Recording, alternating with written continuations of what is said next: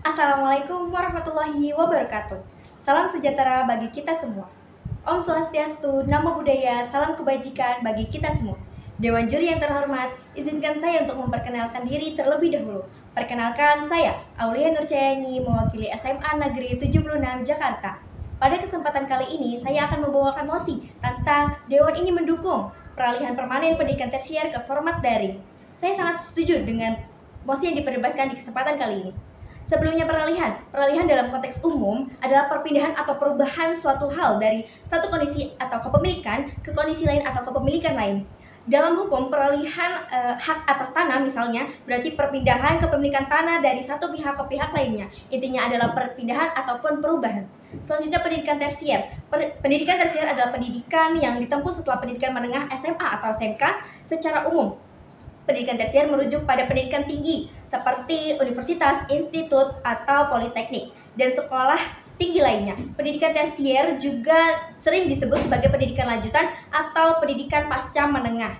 Selanjutnya adalah format daring. Format daring atau dikenal juga sebagai online atau dalam jaringan mengacu pada segala aktivitas atau proses yang dilakukan melalui internet atau ada juga jaringan komputer, yang dimana dalam konteks pembelajaran format daring berarti pembelajaran yang dilakukan tanpa pertemuan fisik, melainkan menggunakan platform digital dan koneksi internet untuk berinteraksi, mengakses materi, dan juga menyelesaikan tugas-tugas. Selanjutnya adalah tujuan utama pendidikan tersier beralih ke dalam format daring adalah untuk meningkatkan aksesibilitas, fleksibilitas, dan juga efisiensi dalam proses belajar mengajar. Jadi mana selain itu pembelajaran secara format daring juga bertujuan untuk memberikan pengalaman belajar yang lebih personal dan juga kolaboratif serta memanfaatkan teknologi digital untuk meningkatkan kualitas pendidikan.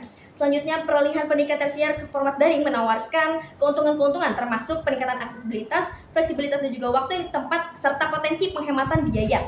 Selain itu, pembelajaran format daring juga dapat mendorong penggunaan teknologi inovatif yang dimana dalam proses belajar mengajar tentunya. Selanjutnya, yang pertama ada beberapa keuntungan, yang itu pertama ada aksesibilitas global. Pendidikan tersier dalam format daring memungkinkan mahasiswa dari seluruh dunia untuk mengakses pendidikan tinggi dari universitas dan juga institusi terkemuka, di mana tanpa harus berpindah tempat tentunya. Hal ini membuka peluang pendidikan bagi mereka yang memiliki keterbatasan geografis dan juga finansial untuk mengakses pendidikan di tempat yang mereka inginkan.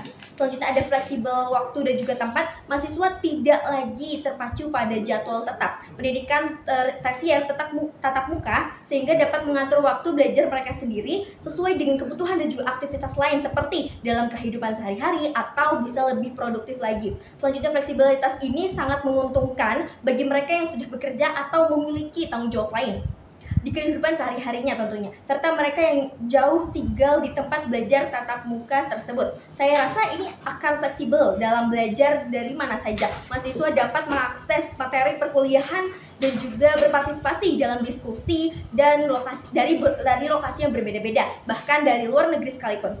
Yang ketiga ada potensi penghematan biaya. Tentunya pendidikan tersier dalam format daring tentu dapat mengurangi biaya transportasi, akomodasi, dan juga biaya hidup lainnya. Mahasiswa juga dapat menghemat biaya buku dari materi pembelajaran karena banyak sekali sumber daya yang tersedia secara online atau dalam format daring. Selanjutnya peningkatan efisiensi pembelajaran. Yang keempat, peningkatan efisiensi pembelajaran. Pendidikan tersier dapat memanfaatkan berbagai teknologi inovatif seperti simulasi interaktif dan juga alat pembelajaran berbasis buatan atau AI, yang dimana untuk meningkatkan pengalaman belajar tentunya. Selanjutnya, adapun pembelajaran dalam bentuk format daring pada pendidikan tersier juga memungkinkan mahasiswa untuk mengakses materi pembelajaran kapan saja dan juga di mana saja, serta mengulang materi yang dirasa cukup sulit. Selanjutnya, yang kelima adalah lingkungan belajar yang lebih nyaman. Tentunya mahasiswa dapat belajar di lingkungan yang mereka pilih sendiri, seperti di rumah, kafe, atau tempat lain yang nyaman bagi mereka. Hal ini dapat menciptakan suasana belajar yang lebih santai dan juga mengurangi stres yang mungkin timbul dari pendidikan daring.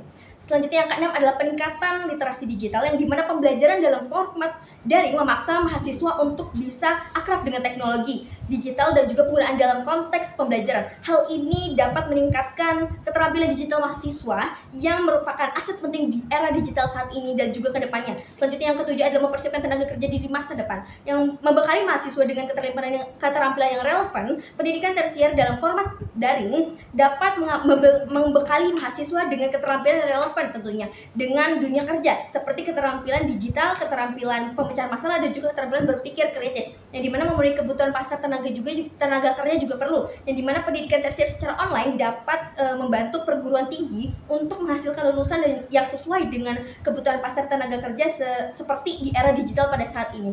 Saran saya ada pun beberapa hal yang harus diperhatikan bagi mahasiswa yang terlibat dalam pendidikan tersier pada format daring. Yang pertama, saya rasa pastikan mereka memiliki akses internet yang stabil dan perangkat yang memadai seperti laptop, tablet, dan juga smartphone untuk mengikuti pendidikan tersier secara online atau dalam format daring dan dalam mengakses materi pembelajaran. Yang kedua adalah ruang belajar. Belajar yang nyaman perlu disiapkan agar bebas dari gangguan, agar fokus juga saat belajar. Yang ketiga adalah jadwal belajar.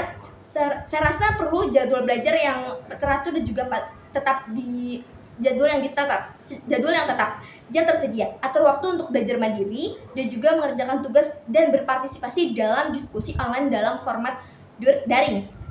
Selanjutnya adalah yang keempat adalah forum diskusi. Saya rasa dengan aktif berpartisipasi dalam format diskusi, kelas, dan juga memanfaatkan waktu tanya jawab itu dapat memperdalam pemahaman materi. Yang kelima adalah sumber belajar.